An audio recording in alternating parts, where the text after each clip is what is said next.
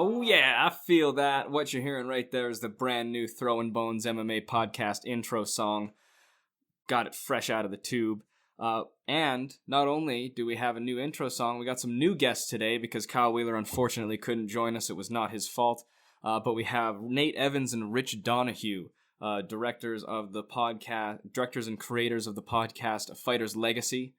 They're going to join me today for the first segment of the show. We're going to break down UFC 243, and then I'm going to get to the news and next week's fights on my own, without Kyle Wheeler, unfortunately. But we're going to give you all the content this week, and we got some special guests as well. So please enjoy, and please welcome our very renowned, very special guests who had their own, have their own exclusive Throwin Bones interview covering how they made their documentary series and some of the challenges and some of the special people they talked to, including, Boss Root and Vanderlei Silva, Dwayne Ludwig, Don Fry, Dan Severn, Randy Couture, and Josh Barnett, Frank Mir, and many, many others, legends of the sport. So give them a warm welcome. If you enjoy our breakdown, or if you don't, definitely go check out our interview, and definitely go check out their series on YouTube and wherever podcasts are found. All right, and thanks for joining me on the podcast, guys. Are you ready to break down UFC 243? No doubt, dude. Yeah, great fight. Absolutely. Right, awesome. So I think we'll start off with Whitaker Adesanya. I can say my piece after. What are both of your guys' initial thoughts on the fight? Well, I'll just start off with this. He came out with that really, I thought it was dope, the old hip-hop haka thing, and the guys are doing the Naruto run outside. They're running back, and I guess these guys he used to dance with back in the day, and he's really express himself, and I thought it was fantastic. But, I see a lot of the guys on social media, there's a contingent of people that really hated it. But I remember, even Anderson Silva doing a Michael Jackson thing coming out to Pride years ago. I mean, as long as it doesn't get too crazy, I don't need guys dropping from the ceiling and stuff, but I love that stuff. It was very creative. It was great. I think he moved really well. What do you think? I don't know. I mean, I thought it was pretty good. I mean, to me, it was a little more too Bellator-ish, in my opinion. I don't know. I want to dial back a little bit. I mean, it was like when James Gallagher came out last week in Bellator. I mean, I thought that was god-awful. But, I mean, the Adesanya thing, I thought it was, it was cool. It was choreographed. It's not really my thing. Yeah, I feel the same way as you, Nate. It's cool. It's great that he executed it, and as much as I am almost always pushing for more expression like that, it wasn't my cup of tea, and I think it may have shown me that I might be a bit of a hater on Adesanya. Well, I thought it was well done. It comes to me. Point taken there. I thought it was well done, whereas I thought the Gallagher thing in Bellator was not well done. I thought that was just freaking god-awful. Whereas I thought this was well done. It's just not what I'm going for, I guess. Mm-hmm. You know what it is though about Adesanya. He may not dig it, and it's something that I wasn't really feeling in terms of the subject matter. Per se, I'm not an anime guy. I mean, I don't care. But I mean, it seems genuine to me. You know what I mean? That's important. You know what I mean? You can go out. I mean, how many times I've seen King Mo walk out with the girls and the hat, or Colby Covington coming to the ring with this and that. That's all. This is not you, dude. Yeah. You know what I mean? But what you saw with Israel, I mean, like it or not, that's him. You know what I mean? I like that. You know what I mean? And you know what? I would liken it to even the persona that Henry Cejudo's taken on lately. It seems a lot more genuine to his personality, just amplified. And even him walking out in the Aztec gear like he used to. It's like, you're from California, bro. No, 100%. Exactly. But the fight itself, dude. I mean, Adesanya, he is a dangerous man. I mean, what can you say about it? I mean, I really felt that Whitaker was headhunting a lot, and I felt that Israel was really playing a very dangerous game with slipping with the punches. I mean, any misstep, I felt he could have got cleaned out. But for the finish, Israel actually took one on the chin to give it back to him finally. Yeah. And they actually showed, you know what I mean? And then dropped him. I couldn't, I mean, it just, to me, he's the hottest thing going, man. I'm honestly, he's, I don't see anybody touching the 185 personally. I don't see anybody doing it. Yeah, I mean, I agree. Yeah, it really reminded me of like Barbosa Dariush, where his head is still snapped back from the jab, but he's read the pattern so thoroughly that he knows to jump for the knee. He knows the takedown's coming, and I felt like Adesanya sort of read him the same way. Yeah, that's a great analogy. You know, I thought Whitaker was doing a good job controlling the distance at first, moving in and out with punch combinations really well. I thought Whitaker was fighting the fight he had to fight in order to win. Like, he had to get in there and make it messy, you know, do some scrapping, do some grappling, and I thought he was going to do a little more grappling than he did. I didn't see him do any of that at all, really. Yeah, and I mean, Adesanya. I would agree to an extent, but it seemed that he was applying the key point of that game, which was, I think, the blitzing. I think he was applying it too often and almost too frantically. Like, there didn't seem to be any method to it. It seemed to just be charge over and over again. Where usually he blitzes, but he'll attack the legs pretty thoroughly. He'll corral the person up against the cage, and then he'll blitz when they have to go side to side and get hit by the looping punches instead of just being able to lean back the way that Adesanya was. Yeah. And so he's doing that Philly shell defense. Well, you know, Adesanya was doing that Philly shell defense where he's leaning back. You know, and I would have liked to have seen coming out for round 2 after that unbelievable flash knockdown, which came out of nowhere, right? Mm-hmm. But, you know, coming into the second round, where was the corner for the adjustment? I mean, you go to the body there. I mean, the guy's going to be slipping your head every 5 minutes. You need to go to the body. You know what I'm saying? Yeah. And I didn't see him go to the body. I don't remember him going to the body at all. I mean, for the time he was, I mean, correct me if I'm wrong, but I don't remember him going to the body. Forget about, like, shooting a takedown. He didn't even feint one either, really. Like, it seemed really bizarre to me, and it seemed like when people like Overeem or Dos Santos, when they get in the cage across from Ngannou and they've realized that they're in trouble, and they start sort of frantically attacking instead of methodically attacking. Right. Yeah. I mean, he had 5 rounds, right? I mean, he had 5 rounds. Yeah. So, I mean, he didn't take advantage. Well, just like Adesanya figured him out. Like, Adesanya, he found his timing. He had really good footwork circling away from him, getting away from those combinations, and giving them, you know, his like straight combinations right after that. I mean, it looked like he had him really hurt at the end of the first round. I mean, Anik thought it was over. Oh yeah, but I mean, Adesanya just, he dispatched him, you know, in the second round. I mean, he had him figured out. I don't know where Whitaker goes after this. I mean, I would say probably fight Bellum. Oh God, not again! Not again. Number 3. I mean, for the trilogy, bro. I've seen Cannonier. I like probably. that. Cannonier. Watch out for Cannonier, man. That guy's in trouble. Well, you know what it is, though? You know, what I like, well, here's the thing. You're hearing a lot of this now with Adesanya and trying to push this, like, Bones super fight. But I think Adesanya's doing it the right way. He's calling out Bones. I think that might happen at some point in the future. But he's got a lot of killers, like we're mentioning. You know, Costa's coming up next. Yoel's right there. Whitaker, there's no reason why one good more fight he can come back at this guy. And there's no reason why he couldn't do that. I mean, Whitaker, it's not like he's going away now. I mean, he's young and he's skilled. I mean, he can come back and make it happen. And Cannonier as well. I mean, there's a lot of killers he has to dispatch before he thinks about super fights. I don't want to hear about super fights. And I think Israel understands that. At least I hope so. It sounds like he does. I think he is. As much as you don't maybe agree with or don't enjoy Israel's persona or the stuff he talks about or his personality in the sport, if you don't, you can't deny that he's a true fan and that the way he operates and the way he plays the game of the media and the outside the octagon shenanigans shows a real knowledge and a real understanding and fandom of the way the sport works. How he was so respectful with AS, Anderson Silva, prior to their fight, and even years before that. I mean, there's videos that surfaced of him talking about fighting him well before he's even in the zip code of Anderson Silva. He was talking about how much he wanted to fight him because he idolized this guy. I mean, he's talking about watching him knock out Vitor Belfort with a poster on his wall and freaking out in his house, running around.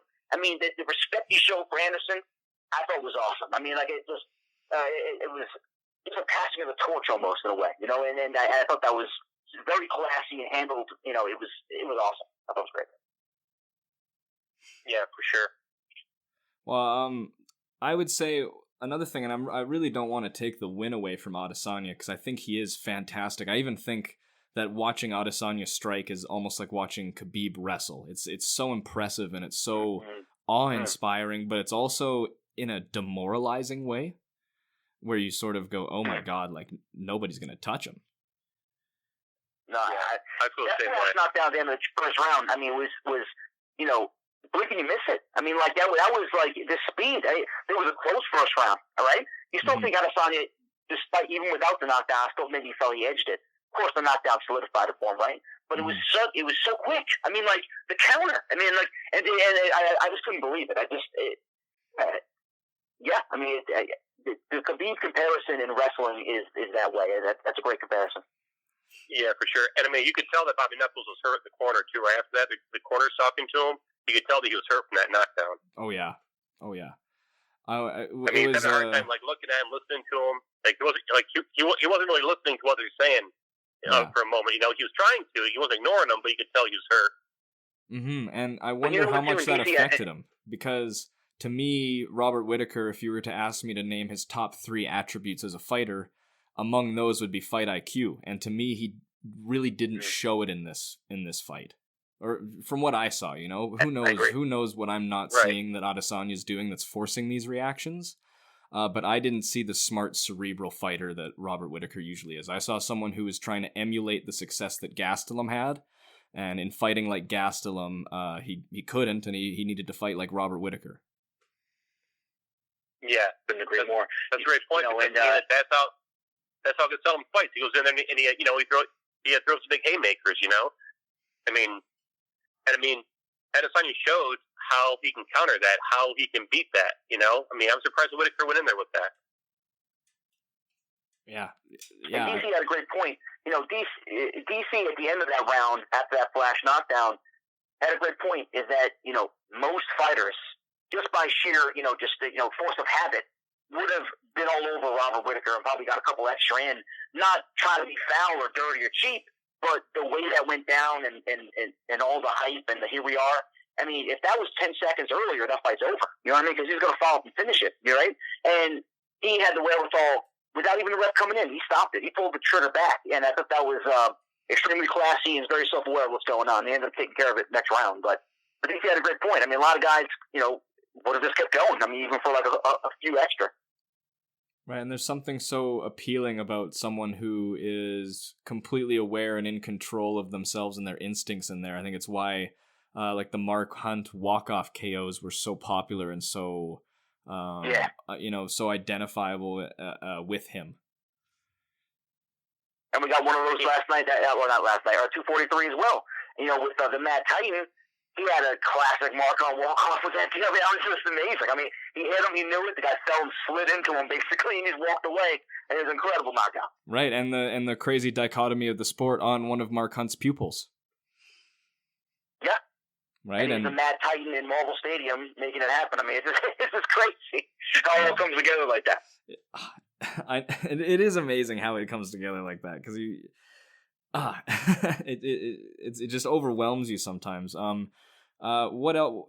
I don't know about you guys, but as someone who is rooting for Yorgan De Castro, the Mad Titan, as you said, he's a friend of the show so far, and it looked like he got caught with a big shot there, big straight down the middle, and it looked like he was in trouble there and clinched on for his life. What do you think of the beginning of that fight?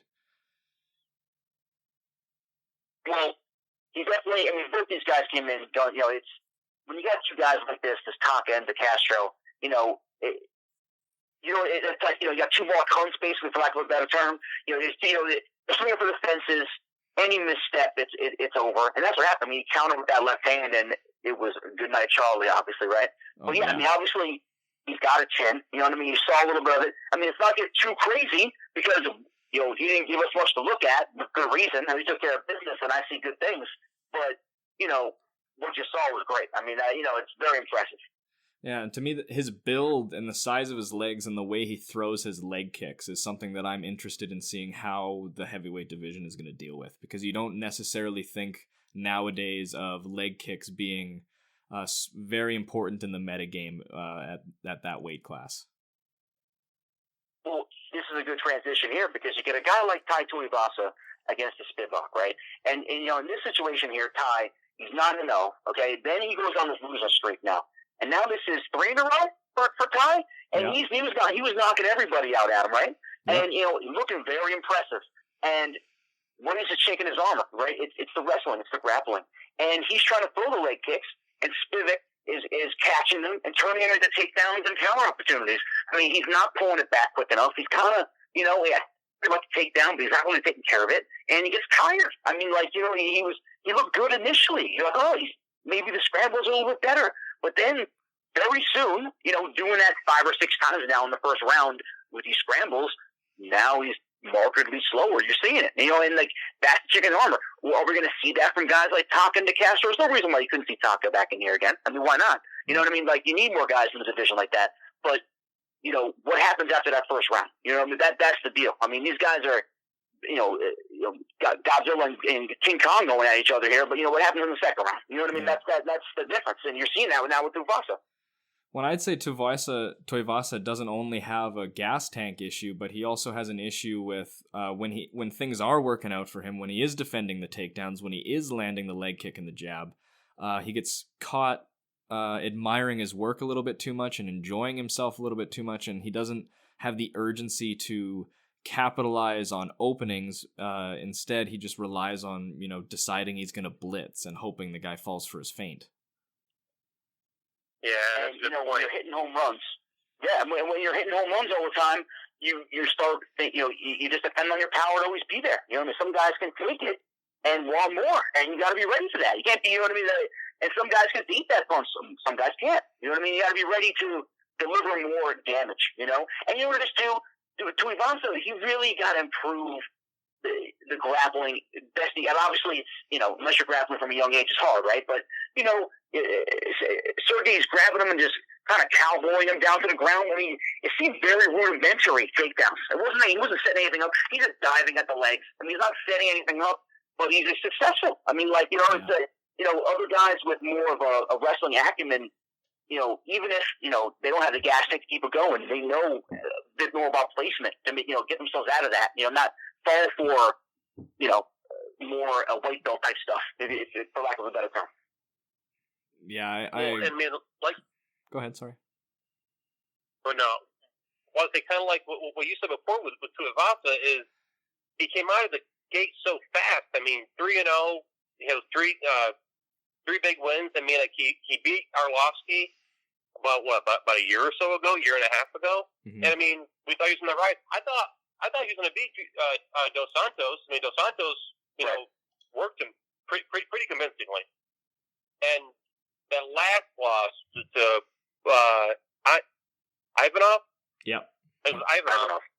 I mean, he can't go losing fights like that if he's going to be in the UFC. And I mean, this fight against Spivak, I mean, he's got worked on the ground. I mean, it just makes you wonder. Get cut. Is he going to get cut soon? I don't want him to get cut. Like, I want to see him fight. Like, I'm a big fan, but this guy's going to get cut if he goes losing two or three more fights here. I agree. I'd say he's about one. 3 in a row is definitely. He's about one Greg Hardy fight away from leaving the UFC, I'd say. He Greg is. Hardy's totally the guy they're going to give him. Greg Hardy is totally the guy they're going to throw him at him. You're totally right. I wouldn't even be surprised if Greg Hardy's a great call. That's a great call. Right, and you know what? Like, I got a real problem with Greg Hardy. With that aside, obviously, but this guy, there's not a better guy.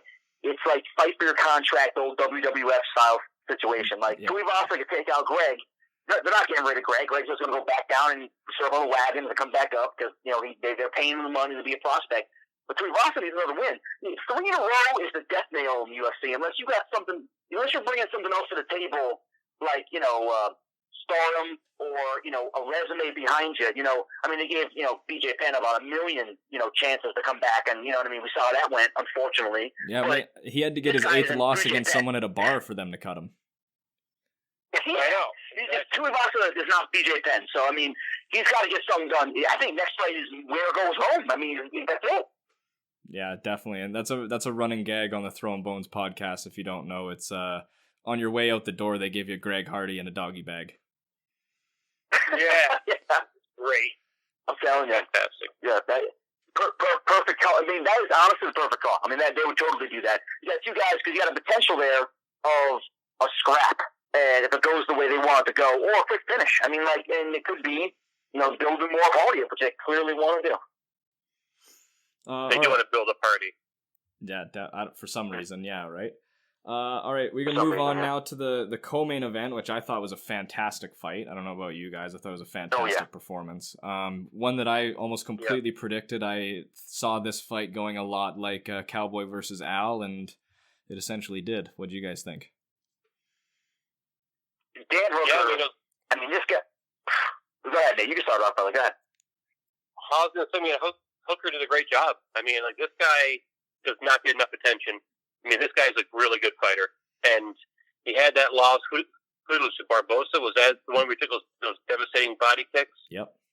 But, I mean, he came back from that. I mean, those were brutal body kicks.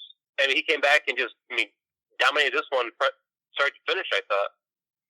Oh, yeah. He really kept Al in range. It was really clinical. I mean, this guy is a sniper, okay? Al had no answer for him. You know what I mean? Al's a tough guy. You know what I mean? 100%. I mean, he's a tough dude. But the calf kicks were devastating. He's keeping him at range. It was a clinic, but it was Hooker from start to finish. You're not going to finish a guy like Al Aikid. I mean, you're not going to do it. I mean, like, it's tough to do. I mean, it's like a baseball bat to the ring. But Hooker was all Hooker, obviously. And this city kickboxing, Adam, this city kickboxing is one hell of a gym. I mean, you got a guy like Hooker, Adesanya. You got this kid, from earlier in the night. What's his face? Brad Riddle. He showed up. Bill Cansey's fighting for the title. I mean, this team, it's crazy. They're all unbelievable. I mean, I'm not saying one of them over Riddle. They look great. I mean, like, but Hooker, he's a very clinical and savage. What he brings to the table. And Al had nothing for him. I think Al's time at the top five, obviously, clearly, is over. Unfortunately, I mean, he made his run. Mm-hmm. Nice story. He wasn't quite Matt Serra 2.0. Didn't get it done, but he's skilled. He'll be there. But this kid's coming up, man. Him calling out Poirier. Yeah, I don't think it's going to happen right now, obviously, right? But that's a hell of a fight there. That's the fight I want to see. I believe Poirier told him to calm down, that he's fighting the Irishman. And I think Hooker's gunning for either Gaethje or Poirier right now, saying you both can't be fighting the Irishman. I mean, listen. I mean, is Cowboy gone? I mean, do you see Cowboy? You know what I mean? Like, that as well. I mean, but Gaethje, I mean, yeah. I mean, there are killers in that division, bud, and like Hooker's right there. I can't wait. Well, to me, Gaethje, if Barboza was able to turn your guts to jelly, Gaethje is going to be a long, long day at the office. Yeah, I completely agree about that for sure. He's I was thinking maybe a Felder versus Hooker would be what I'd like to see, but I think that makes the most sense from a both people coming up point. I think that ranking wise, I agree. Ranking wise, matchmaking wise, that's definitely the next move for sure. I totally agree about that. That's in terms of where they are next to each other, perfect matchup. And you touched on it. Sorry, go ahead. Well, no, I was going to say one of those two guys should be there in that mix with Gaethje and Tony and Connor and Khabib and Son or whoever else. But one of those two guys should be there because like Iaquinta was there. He's not really there now. I mean, after that loss, he's not really there. I mean, he lost to Cowboy, lost to Hooker. I mean, I think he's in the back seat now, looking up. Like he beat Kevin Lee, and I think through some favorable stylistic matchups, and honestly, the clusterfuck that division went through, he maybe never should have entered the top 5 in the first place. To be honest, as much as I love the guy. Yeah. I totally agree. The Lee win was really big for him, though, for sure. What do you think? What do you think of Lee versus Gillespie? 55, right? No, Lee's back down. He's fighting Gillespie for his next one at 155. Yeah, I see that.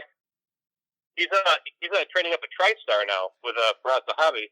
He is. Yeah, I'm excited to see what he's able to do there because I believe that the death of Robert Follis really affected his success in the octagon.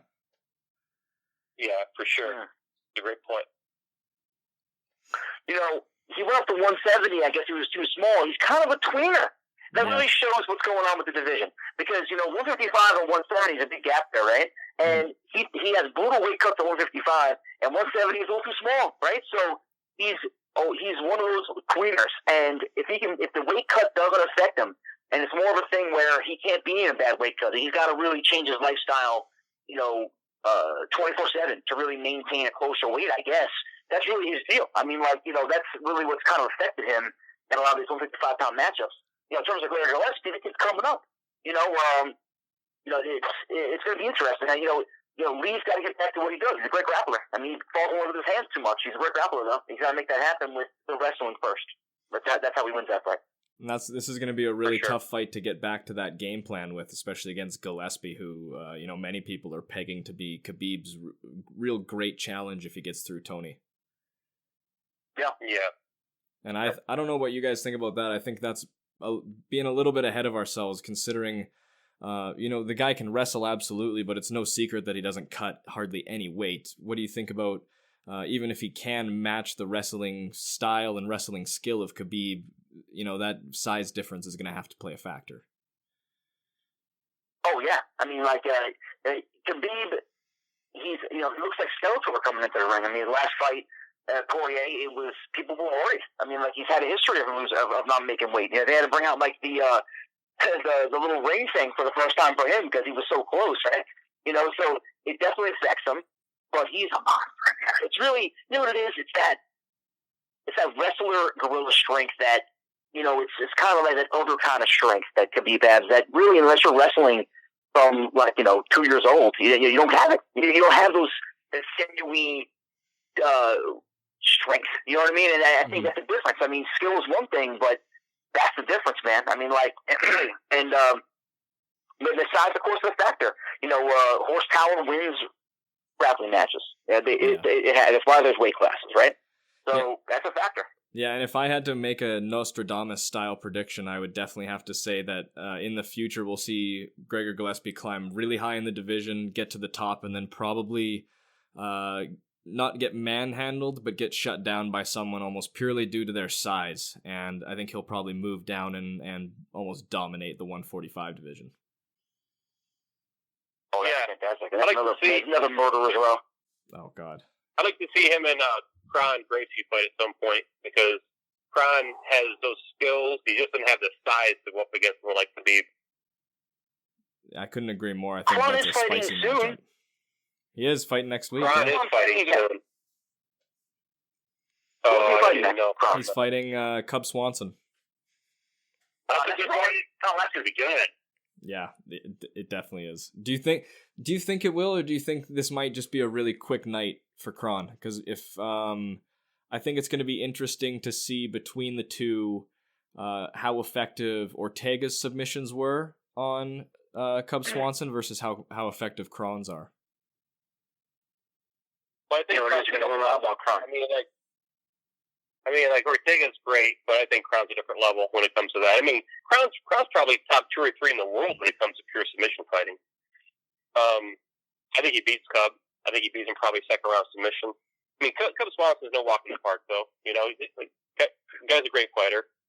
But perfect test for him at this point, because he's a tough dude. Cub is one of the toughest guys out there. You know what I mean? He brings it, and he's also he's multifaceted. He can bring the wrestling. He can strike. Obviously, he loves to strike, and that's the difference. I mean, can Kron get into a banger? I mean, does he got the chin? I mean, you know what I mean? Does he got that? We're gonna find out. That's perfect guy to figure that out. Is a guy like Cub. He'll take that out of him one way or another. Couldn't agree more. Couldn't agree more with that. I wouldn't mind going back to something that was brought up a bit earlier, because I thought it was a really great point about city kickboxing and the way they've blown up and the way they're sort of taking over the game. What's really impressive to me about Eugene Barman and city kickboxing is that they seem to be teaching people to how to emphasize their own skills and emphasize their own style of fighting to the greatest degree, instead of, you see a lot of these really high pedigree striking gyms, and they'll sort of teach the fighters there how to fight like the famous coach and not necessarily like the best version of themselves. You see people going to Henry Hooft or to Rafael Cordero or to even Jackson Wink, and as great as they are and as much knowledge as they have, and their pedigrees are fantastic, there's a style of fighting to that gym. If someone comes from Cordero's, if someone comes from Henry Hoof's, you know what to expect, you know what style they're going to come with. And I don't really think that's the case from Eugene Barman. To me, if you look at Volkanovski's performance against Aldo and the way he shut him down with feints, you couldn't really find a whole lot similar between maybe Dan Hooker's performance against Ali Quinta and then Adesanya's performance against Whitaker. Yeah, that's a great point. Couldn't agree more with that. You know, and we were talking about this earlier. It's really about expression, right? I mean, like, you think he's really fostering that, and that's the new athlete. I mean, that's the next level. That's what Bruce Lee preached about, you know, decades ago. I mean, it's about, you know, being honest with yourself and expressing yourself in the ring. You know what I mean? And that's what he's allowing his fighters to do to great success. You know, and obviously they all share, you know, accuracy in common and efficiency. I mean, they're all bringing, you know, precision strikes, whatever they want to do. You're not going to see. I haven't seen a lot of calf kicks out of Izzy. I haven't seen that. As opposed to that's one of Hooker's special moves, so to speak. You know what I mean? So they're all doing different things, but it all revolves around accuracy and creativity. And I think you make a great point with that.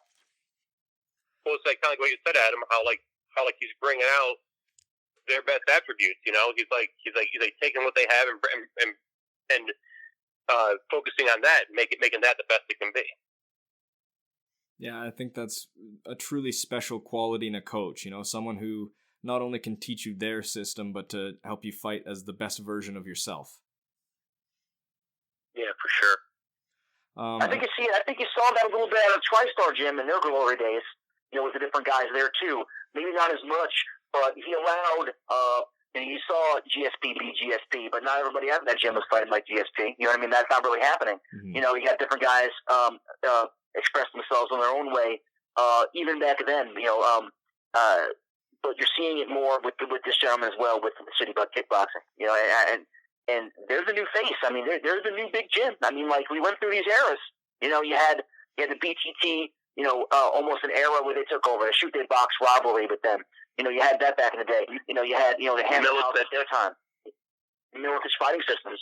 You know, Punishment tried to get something going decades ago. Team Quest. You know, now this, or of course, Team Quest, right? Team Quest. Then they had their eras, and now this is City Kickboxing's era. I mean, this, you know, they're showing you how to do things out of New Zealand, which is amazing. The global reach of the sport is mind-blowing to see.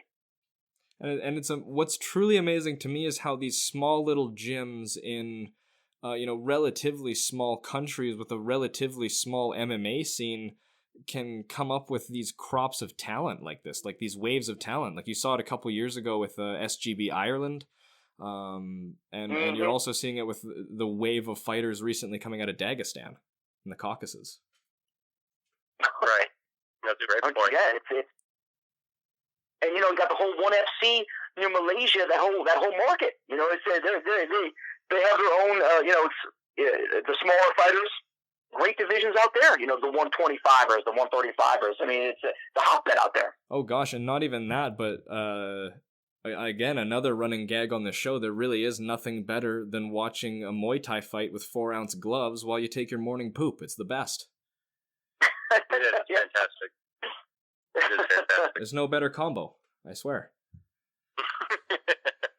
You know, I do like these cards when they're like midday like this, you know, like in the morning or whatever. I mean, it's fantastic. I mean, we had the Chinese card, and it was like, you know, having breakfast, you know, we got some fights on. So, you know, bacon and eggs and some submission. It doesn't get any better. It's beautiful, and it frees up your Saturday night. It's refreshing. Yeah, it's nice. Yep. That's what we were talking about, is not only did that UFC Copenhagen card, not only was it a fantastic card, but it was a nice little treat in the middle of the day. Middle of the day.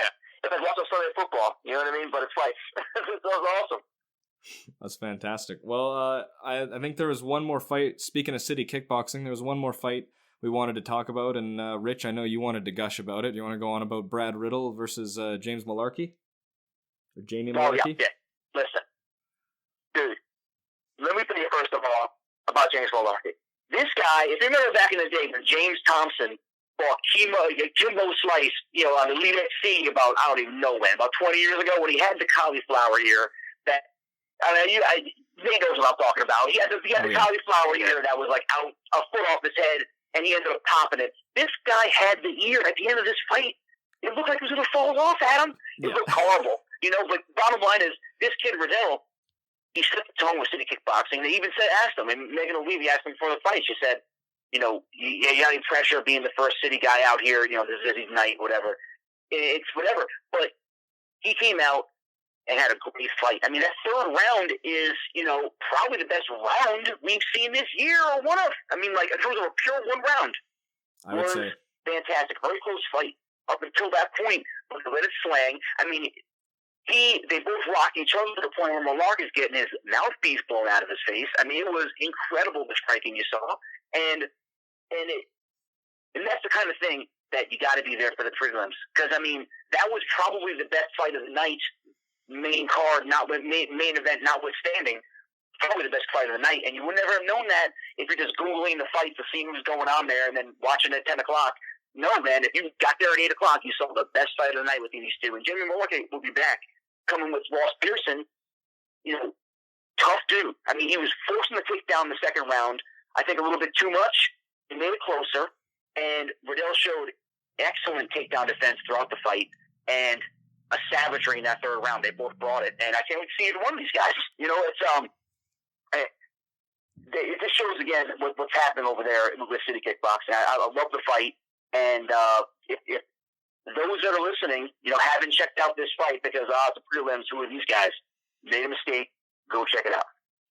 I couldn't agree more. Like one of my favorite fights of all time to this day was on the Fight Pass early prelims. I don't know if you guys know if it was fairly low key at the time, but it was on I think UFC 199. It was Dong Hyung Ma versus Marco Polo Reyes. That was one of the greatest fights I've ever seen in my life. You know what? Doesn't bring it to me, man. I'm gonna go check that out when we get I don't know that one, Adam. I have to go back and watch it now. You have to. I don't know that one. Top 5 of all time for sure. I know. And it's one of those. Top 5 of all time. I don't know it. That I've seen, in my brief 22 years on this planet Earth. I haven't seen every fight. I definitely haven't gone through the catalog that you guys have gone through, but as far as an absolute back and forth war between two people where they leave a piece of themselves in there for everyone in attendance, it absolutely fits that category. Oh, wow. Well, I mean, you told me, brother. When we get off, I'm watching them on Fight Pass when we get off. So. I know, right? I know. I'm watching it. I know. I'll say it one more time. It's Dong Hyung Ma versus Marco Polo Reyes. Polo Reyes. I'm a little notepad. Polo Reyes. It was just like it reminds me of that round between these guys, Riddell and Malarkey, to get back to it. It reminded me of that infamous time where Holloway and Lamas went at it. He pointed at the ground and went at it to finish the fight. I mean, that's what's up. I mean, that is what I live for when I watch this. I mean, like whether it's a grappling exchange or something of that nature, it's just, I'm a big football guy. I love football. MMA as a pure face situation. I mean, you get moments like that. It doesn't get any better. I mean, it's just amazing. It really is. It's when it's good, it's the absolute best, and it's really at its heart and at its core, it's a platform for humanity. And in those moments, what you're seeing is just instinct and drive and emotion overcoming someone, and it's other than the morbid violence that I'm sure we all curiously enjoy, it's fascinating to watch on an emotional level as well. Yeah. For sure. Yeah. It's as pure as it can be. It's as pure of an art as it gets, in my opinion. I couldn't agree more. It's the pinnacle of competition. What I was going to say is that that thread that we're talking about with expression and heart and those big moments, we really tried to do that, demonstrate that in the historical moments we showed in our series of Fighters Legacy. We do that for all the episodes where there's definitely moments that are the cruxes of this guy's career, and where they stepped up amongst all the adversity and got it done, and that's a common thread with these legends, and it continues today. I mean, like, it's just these big moments that still give me goosebumps thinking about these moments. I mean, and that's the biggest thing, in terms of demonstrating those things. If you can give them a little bit of that, so they can go back and watch. I mean, listen, us talking about it or whatever, but if you can go back to Fight Pass and check out some of these fights and have, understand where the sport was at that time and what these guys are doing now, it's from those guys, and that's what we were trying to do with our series. Wow. And something that made me think about it was Vanderlei Silva when he knocked out Jackson the second time, and you saw him there on the ropes.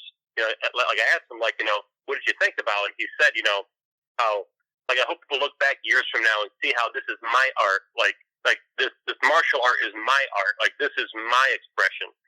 And it felt so pure. Like it's just right from the heart. Like this is what he's always wanted in his life, is to show his expression, to show his art. And this is one of those moments where he was able to show it. And to hear him talk about it, gives it a whole lot more authenticity than me talking about it, because you can hear the sincerity in his voice. You can hear how much it means to him. So that was one of the things that I like most about our show is that we are bringing fans closer to these fighters as they express themselves and kind of let their guard down a little bit. And do you know what's so much more powerful about that for me is that you learn about these guys and they grew up in a time and they grew up in an era and maybe a place and a culture where they weren't fortunate enough to, be maybe like guys like me or you, where, we have these artistic urges and we want to express ourselves, and we can do so through, writing and producing these works. Where, these guys maybe wouldn't have been able to find an acceptable outlet for that expression any other way if they weren't able to, find it through the martial arts. Right. And what it is, back then, great point, 100%. And what it is about them, too, is that nowadays you're seeing the Conor McGregors, you're seeing the guys, the John Jones, they're making big money, okay? The big money's there. These guys did it at a time when that's all they wanted to do was express themselves, because there was no money in this. I mean, they're getting nothing. You know what I mean? There's some of these guys, even UFC, they weren't paying a lot of money. And, you're not getting the big contracts. In fact, it was the government trying to make sure their sport never even existed, and they did it anyway. You know what I mean? They were breaking the law most of the time, but they weren't breaking the law for themselves. You know what I mean? They were trying to express themselves, and now it's looked upon with reverence. But then, they wanted to kick them out of the sport. I mean, they're paying them $500, maybe they're telling them it's $1,000 to win, and they don't even get paid. So now your hands broke, you can go back to work, but they had to do it. There's something in them that they had to do, and for nothing, and that's only personal glory and fame, and that's the amazing thing. Well, and then something else is a lot of these guys, because we all, probably speaking for all three of us, we all want to see our heroes go out on top. We don't want to see a guy like BJ Penn go out like that. We don't want to see our heroes get knocked out 4 times in a row and then be forced into retirement. But the different and people criticize fighters today, like saying how Nate Diaz hasn't fought in so long. This person doesn't fight often enough. They used to fight all the time back then. Yeah, they did too because they needed the money. I mean, these guys weren't getting paid like Nate Diaz got paid against Conor McGregor, or like Conor McGregor gets paid. These people needed this money. Like how we talked about in Randleman's, how there was the pressure to maintain your lifestyle, the pressure to keep the money in, even when you're starting to fade a little bit. And these guys thought I still believe that they thought they were still competitive. They still thought they could win. No one gets in there thinking, "Oh, I'm going to get knocked out." Coleman actually tells a really good story about taking the Crow Cop fight. That's kind of related to that. How I didn't want to take it, but this happened. But we all want to see our heroes go out on top. But the bottom line is, back then these guys didn't have the money to do that. Like these guys they were getting offered too much money to just pass the fight up. Whereas now these guys are sitting on millions of dollars. Back in 2001, these guys didn't have that kind of money. Well, and there's that. This too. Oh, sorry. I was just gonna say there's that added psychological factor of, you would also feel like this is the time to cash in. I went through all that shit and I endured all those hardships just so that my name would be worth something now. And now that it is, I'm just too old to cash in on it. Right. Exactly. Then you go in there and you get knocked out in front of everybody. And this was kind of where the premise of the show started, was seeing some people talk about, like someone like I saw someone talk about Vanderlei Silva.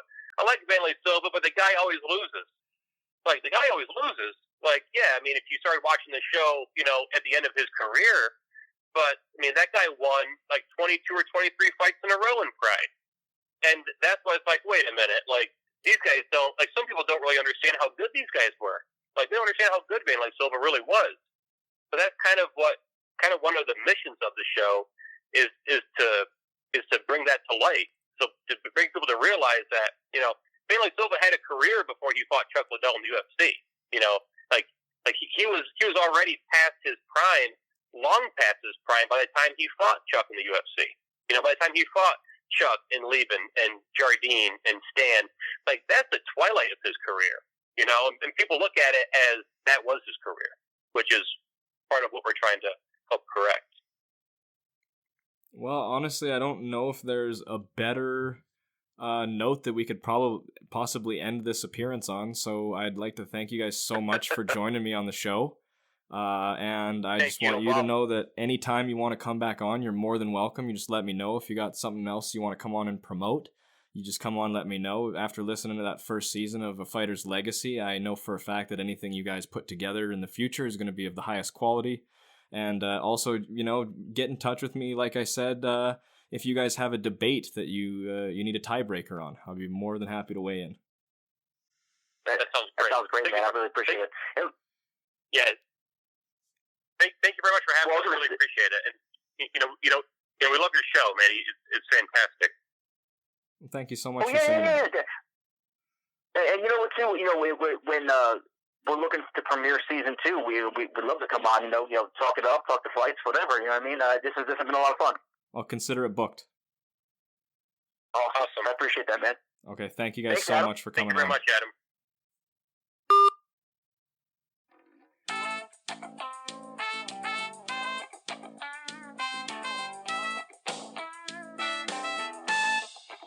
Ooh, dang, I'm digging that intro song. Thanks for joining us on the second half of this podcast. What a segment that was, hey? What a couple of guys, and what an experience they've had, and what a wealth of knowledge they've gathered over the years, over the course of their journey creating the show. I think it's incredibly impressive and incredibly inspiring, the project they've taken on, and I also think it's something that's necessary and admirable to do to keeping history alive in any way is something that is always going to be valuable, no matter what you're recording. So with that said, we'll get on to the news, the modern history, that is, the history of tomorrow. And we're going to dig into Shaman Moraes, who's been released from the UFC, unfortunately. I feel like that's a little bit too early. I feel like he's faced some absolute killers. When you look at his list, you got Zabit, Magomed Sharapov, you've got Andre Fili, you've got Julio Arce. These are all killers in a really deep division. And Shaman Moraes always puts on an exciting fight. It's very much kill or be killed. So this is a bit of a questionable decision to me. Even if he's someone who's not going to be winning the fights and being in the upper echelons of the division, he seemed like someone you might want to have stick around to test the prospects against. He was someone with proven, legitimate Muay Thai skills that maybe just couldn't put the whole game together. He was taken advantage of, usually either in wrestling exchanges or faking wrestling exchanges. So, sometimes if they see you're not well-rounded, they see you're not going to be championship material anytime soon, they just sort of cut you, and it's almost sort of a favor to some of these fighters, because now I think Shaman Moraes can go to other organizations. He can market himself as an ex-UFC fighter and hopefully take a little bit less damage in his career and make a little bit more money than he would in the UFC. And I mean, let's not forget that the last time we were talking about Shaman was after he got knocked out by Andre Fili. So, you never know when what the silver lining is. You never know what starts the next chapter. And I can't say for a certainty that he's someone who should have been cut, but I think I probably could say for a certainty that I don't see the UFC featherweight belt being strapped around his waist anytime soon. So fair enough for me, but it really is heart-wrenching to hear anytime one of these guys get cut, because you know how much they put into it and how much it means to them. We got, that's spicy. We got Kai Kara France versus Brendan Moreno at UFC 245. That's probably one of the best flyweight matchups you can make right now. The unconventional, unorthodox, chaotic nature of Brendan Moreno versus the technical, clean striking of Kai Kara France, and they both carry power in their hands. This should be a really, really fun fight. Ex-heavyweight champ, Cain Velasquez has been withdrawn from the USADA testing pool and from the UFC heavyweight rankings. I think probably making his retirement from MMA official. After that fight with Ngannou, it's sort of what you would expect. Not only was it an early knockout, the thing with the Ngannou fight was going into it, people said, he could get knocked out really early, and the only thing worse than that could happen, other than him getting knocked out early, ducking in for a shot, is that his body could give out somehow. And he got clipped ducking in for a takedown, and then on the way down while he was out, his knee got wrecked. So both of the worst possible scenarios happened to him, which is incredibly unfortunate, and I'm not surprised that ends his career. It sucks to see someone go out on a note like that, someone who a lot of people think had the potential to be one of the greatest heavyweights of all time. To me, it's not there at all. When people want to argue Cain Velasquez is even the greatest UFC heavyweight champion of all time, you have 2 wins over JDS and 2 wins over Bigfoot, a win over Big Ben Rothwell. That's not something to me that etches your name in the history books. If his name is in the history books for anything, it's probably the greatest amount of potential that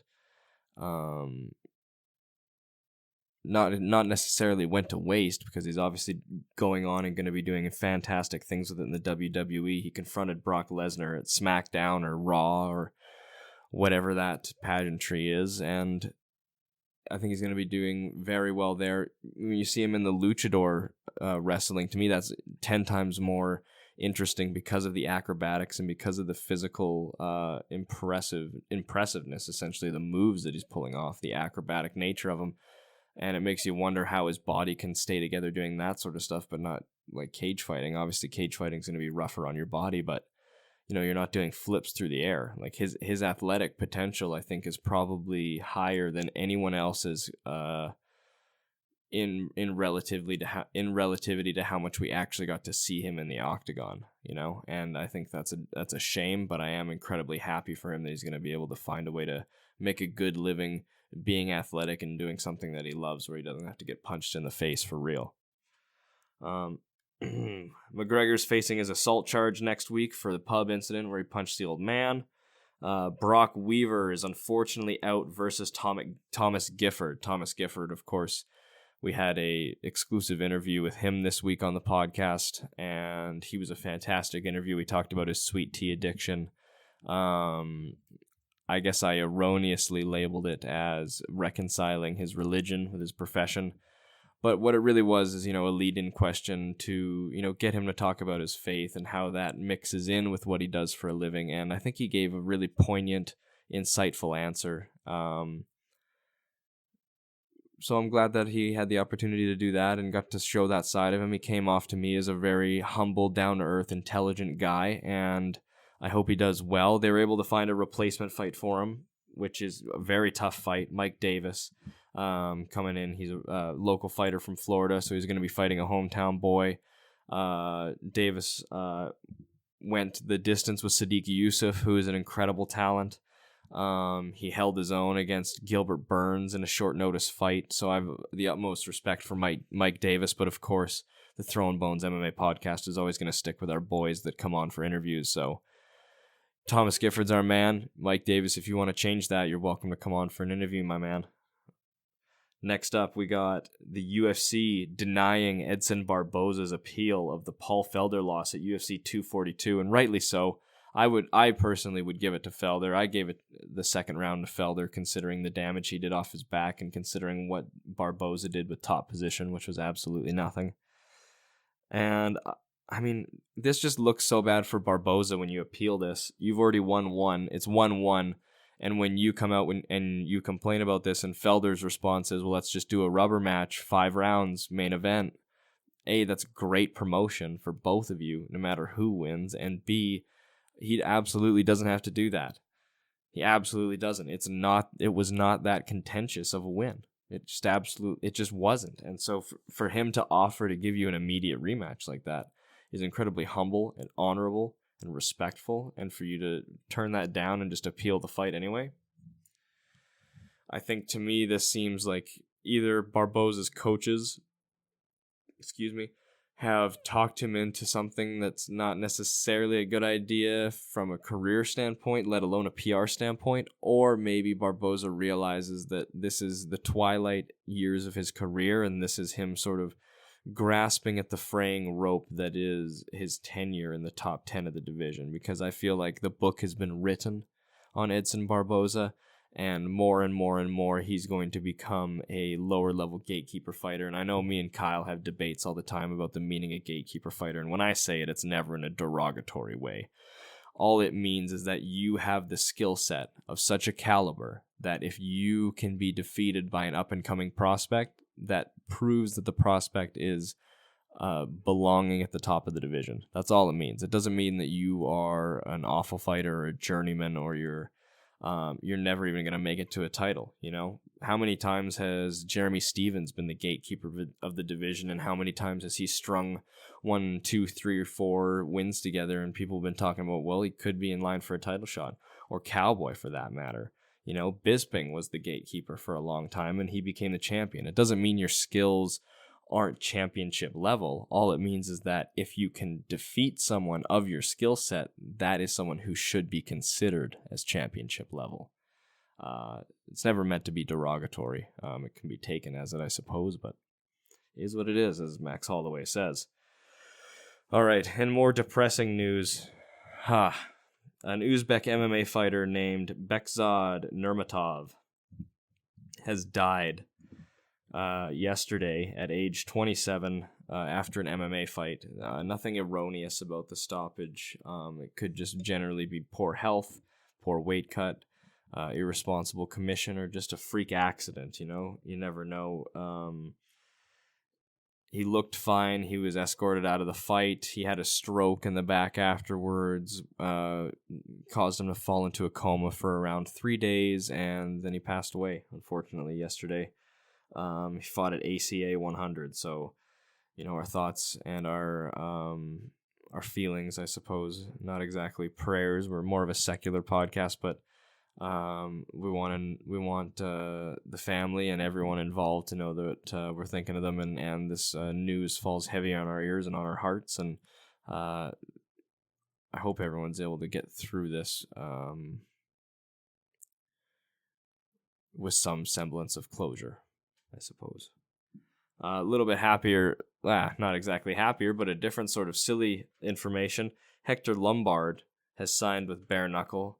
Other Bare Knuckle news, Bare Knuckle Fighting Championship, they're going to do a rematch of the infamous Artem Lobov versus Jason Knight fight, because they only have about 3 fights they can make, and Chris Lieben wasn't available, and Paulie Malignaggi doesn't want to come back, and that Dakota, the ex-gay porn star, he's busy, and so they're not going to be able to have him come in and fight Phil Baroni, who still thought it was a wrestling match. God, what a mess that place is. And it's just failed oh my gosh, we have to get into this. So I watched the World Lethway Championship this week, WLC 10, and that was fantastic.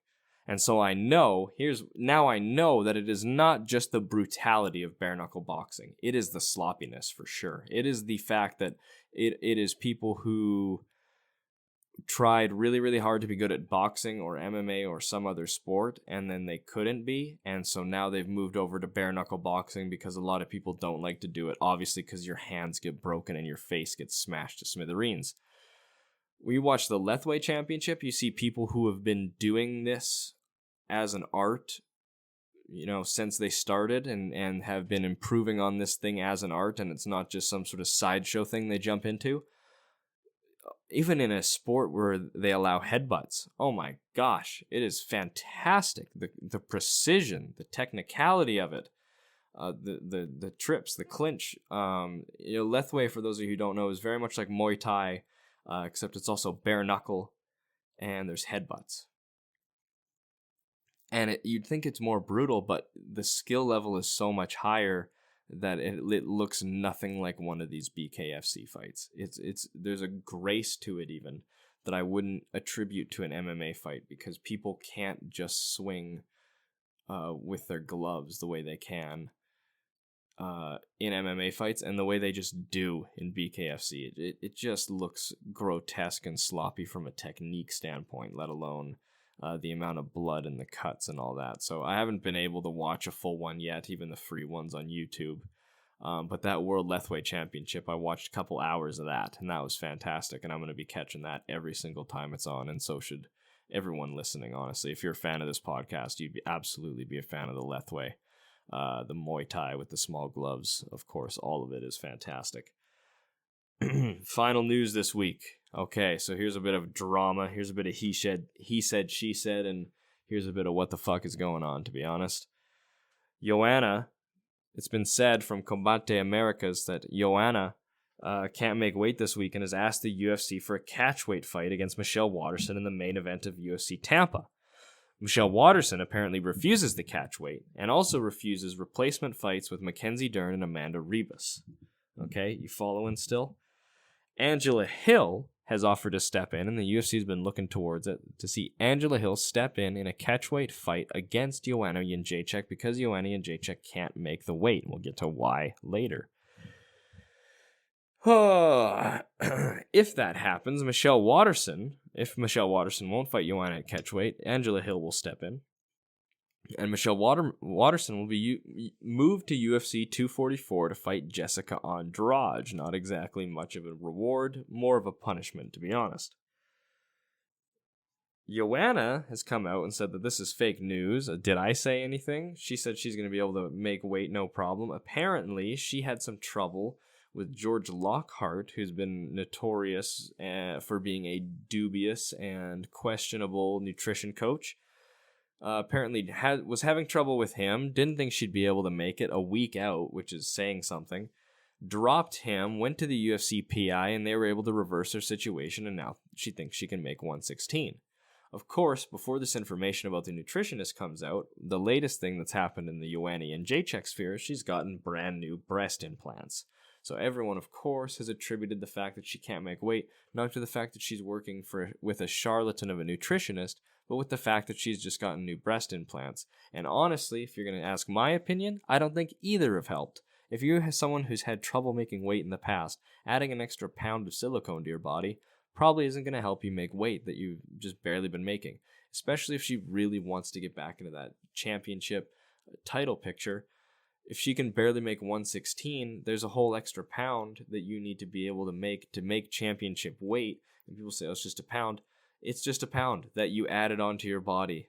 You know, I get that it's easier to mark yourself and it's better for self-confidence, but if I was a female fighter, I wouldn't be able to do it, not for the weight cut alone, but just because I'd be afraid that my boobs are going to explode if I got front kicked in the boobs, especially Joanna. She likes to front kick girls in the boobs, so I'd be even more worried about that if I was her. I mean, what a situation this has been. What a soap opera, and who even knows where it's going to be by the end of the week. I just know that I want to watch at least one of these ladies fight, if not both.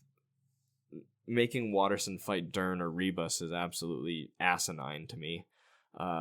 Angela Hill getting her shot against Joanna Jędrzejczyk seems like a fairy tale ending. If Hill could pull that off, I'd be rooting for her 120%.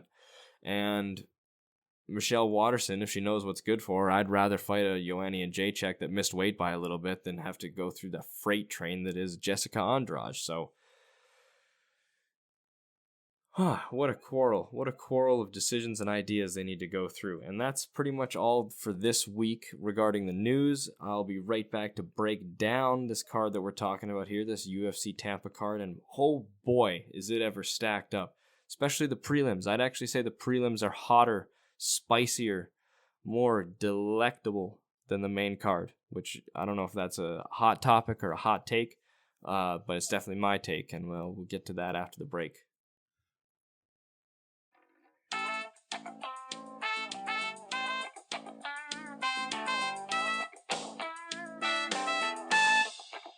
All right, and we're back to talk this upcoming card for this weekend coming out of Tampa, Florida.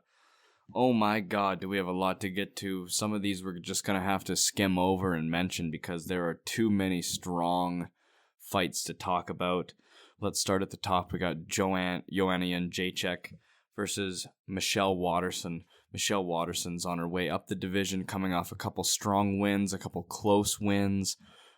It's fairly agreed upon. The consensus is generally that this is her last true run at the UFC strawweight title. She's trying to make the mom champ work.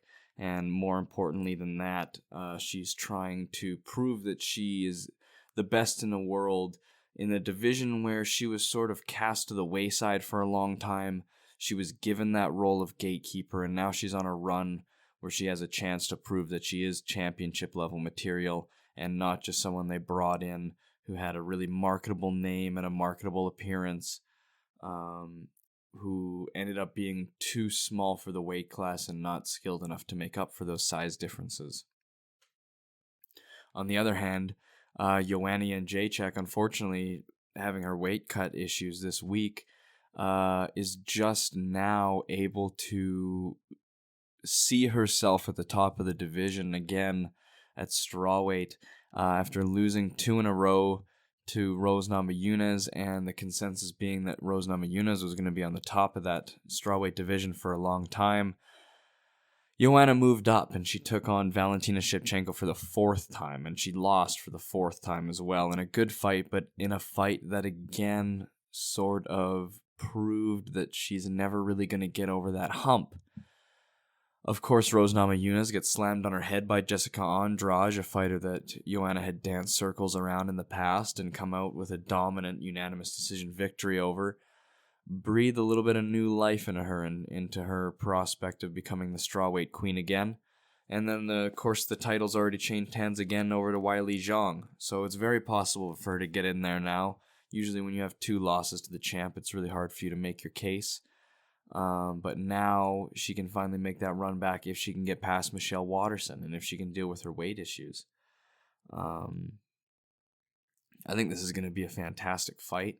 I think at the end of the day, Waterson's not going to be able to win a range kickboxing match with Joanna. I think Joanna's too ferocious and too technically sound. I think Waterson is going to need to successfully incorporate some of her wrestling, takedown, and jiu-jitsu skills if she's going to want to win this. But even then, I'm not sure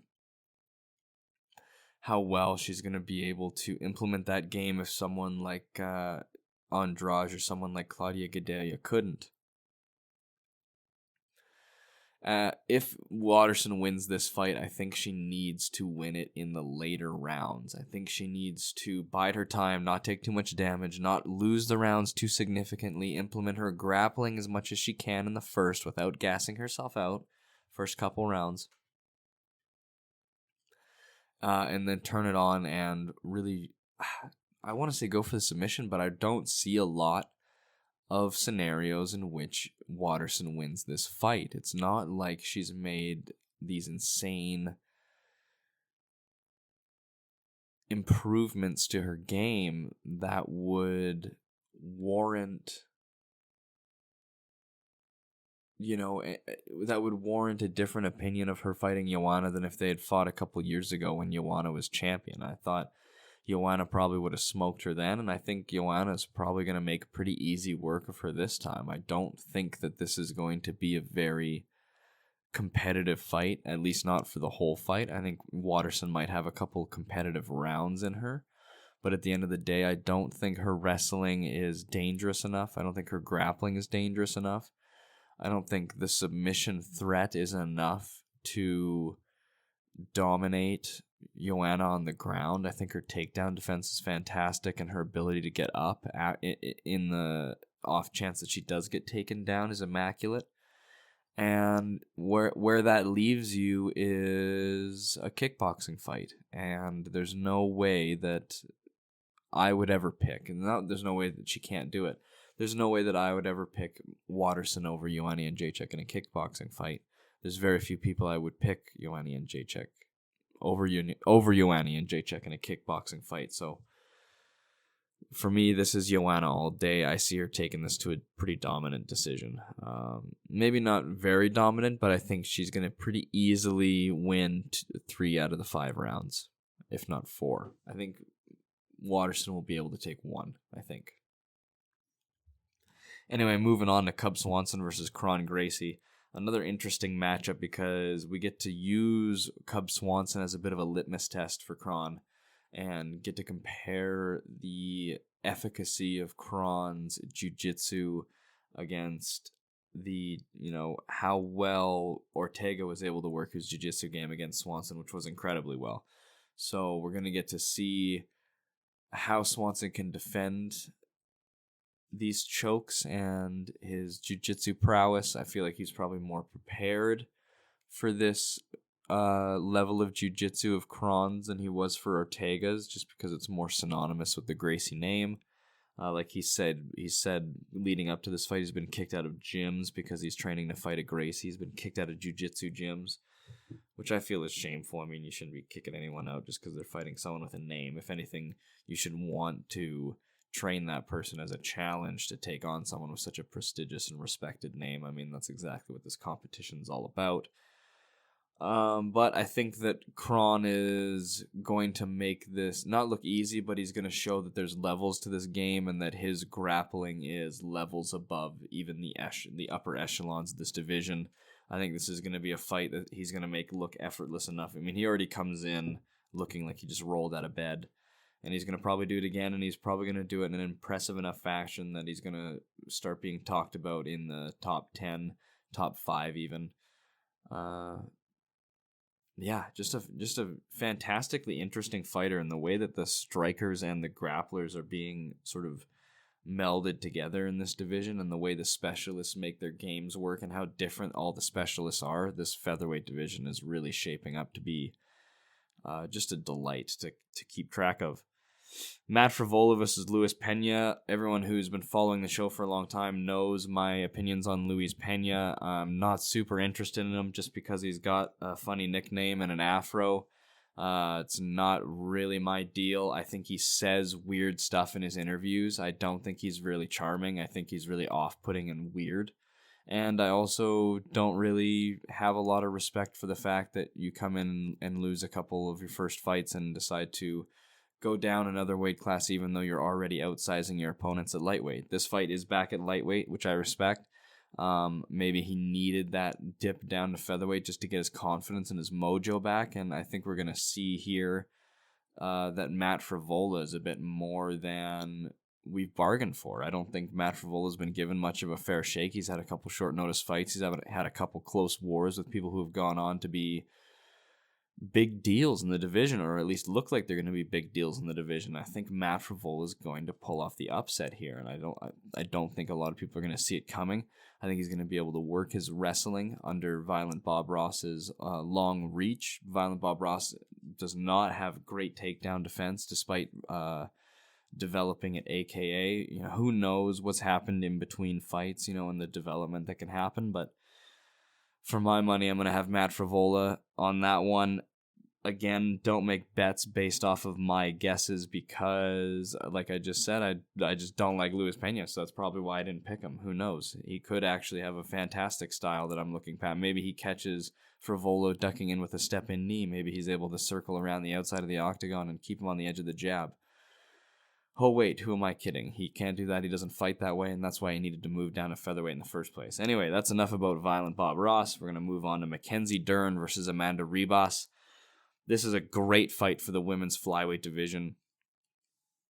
I don't necessarily understand why this fight's so high up on the card, but what I also definitely do not understand is why either of these fighters were offered to step in against Michelle Waterson in the main event. That seems odd to me that you wouldn't bump Kron versus Cub Swanson up over like Rebos or Dern versus Watterson. They're not even in the same division. It has no effect on the rankings. It has no consequence on the rankings. Odd decision, but I think that should be a great women's flyweight fight in and of its own right, and should probably sort out a next promising prospect in that division to get fed to Valentina Shevchenko. Of course, we got Thomas Gifford versus Mike Davis. Throwin Bones MMA podcast, 110% behind Thomas Gifford. I think Gifford's hopefully going to get the win here. Hopefully catches him in the submission like he says, going to pop him on the feet, not even worry about it, make him shoot, make him panic, make him worried, make him shoot a sloppy panic takedown, and then catch him in one of them Gifford teens. You know, Thomas, we're 100% behind Thomas Gifford, and that should be a great fight. Moving on to your boy Eric Onders versus Gerald Meerschaert. This should be another great fight. Gerald Meerschaert has been grinding his way to the top of the middleweight division, and Eric Onders has been a little lackluster. He doesn't know where he's going to be. He doesn't know where he fits in the division. Of course, he won his last fight. He doesn't really know what division he fits in. I think he's here for a good time. I think he's here to have fun fights, entertaining fights. And that's why I don't understand why you're fighting Meerschaert, because to me, Meerschaert is a guy you fight to prove that you're in it for the long haul and you're in it to be championship material. So, for me, I see Gerald Meerschaert essentially smothering Eric Onders for this whole fight. This is going to be a really demoralizing one for Eric Onders. He's going to go 1-1 in his last two, and it's going to leave us wondering where he stands in the division, and he stands as a fun fight guy. He's going to get out-wrestled every time, and you've seen even against guys like Khalil Roundtree, he's going to get outstruck by the really technical strikers. You know, he's a brawler. He's not an amateur wrestler, but he's definitely, it's not his specialty. It's not a skill that he can rely on to win him fights. So he's sort of a jack of all trades, and I couldn't really tell you any sort of specialty of his that sets him apart from the rest of the division, other than maybe his athleticism. And his grittiness and his toughness is really off the boards. It really is unmatched. But I see him getting absolutely smothered by Meerschaert. And then we'll move on to break down these prelims, which I think are better, honestly, than the main card. Starting off the featured prelim bout at the top of the prelims is Nico Price versus James Vick. This is James Vick moving up and debuting at welterweight, and I think he's probably going to get clobbered. Nico Price carries serious power. He is unconventional, and he knows how to guide the fight into the facets which give his unconventional style the advantage over his opponents. Those hammer fists on Randy Brown, the way that he turned the tides on Tim Means, I just don't see Vick having the durability to withstand those shots, because like we've seen with Vick, I don't think the problem with Vick is the weight cut. I think the problem with Vick is getting hit with clean shots over and over again, a la Marco Polo Reyes and Luke Rockhold. Same problem with Luke Rockhold, and I think we're going to see the exact same issue here. I think it's going to be the exact same problem. I think it's going to be the exact same issue, and I think you are going to see James Vick sleeping on the canvas again by the end of tonight, which, I mean, if you're not exactly a Lloyd Irving fan, that's something you're going to be happy about, right? Moving on, we got Ryan Spann versus Devin Clark. This is incredibly intriguing to me. This is two people who could easily be the future of the light heavyweight division. Ryan Spann has some of the most crisp, concise boxing in that division. His striking is absolutely deadly, and the way he put it on Nogueira, even though it is Nogueira, was very impressive and very promising for him as a prospect. Devin Clark, on the other hand, has a very high fight IQ and is a very strong wrestler. His speed is incredible. His athleticism is incredible. And these are both true 205ers who can not only throw with power and speed, but bad intentions.